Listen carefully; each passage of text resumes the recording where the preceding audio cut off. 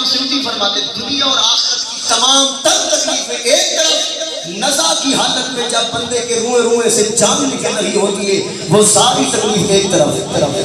دونوں جہانوں کی تکلیفوں سے بڑھ کر یہ تکلیف زیادہ مشکل ہے اس وقت جس خوش نصیب کو حضور کا دیدار ہو رہا ہوگا، اللہ اکبر، وہ تو یہ تکلیف بھول جائے گا، اس کو تو پتہ ہی نہیں چلے گا،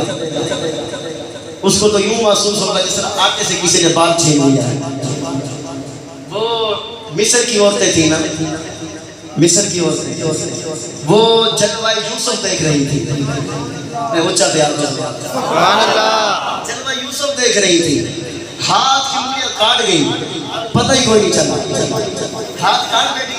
پتہ کیوں نہیں چلا، تکلیف کیوں نہیں محسوس ہوئی؟ آج تو کانٹا چبھ جائے بندے کی دھاڑ نکل جاتی ہے،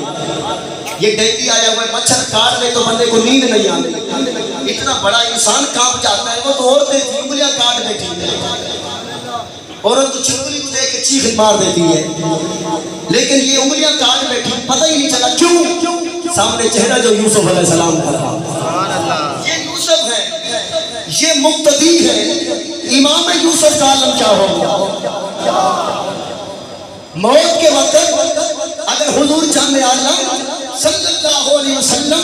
اپنا جلوہ کسی خوش نصیب کو دکھا دے تو چاہے جتنی بھی تکلیفیں ہوں، تکلیفیں محسوس نہیں ہوگی، اثر نہیں ہوگا،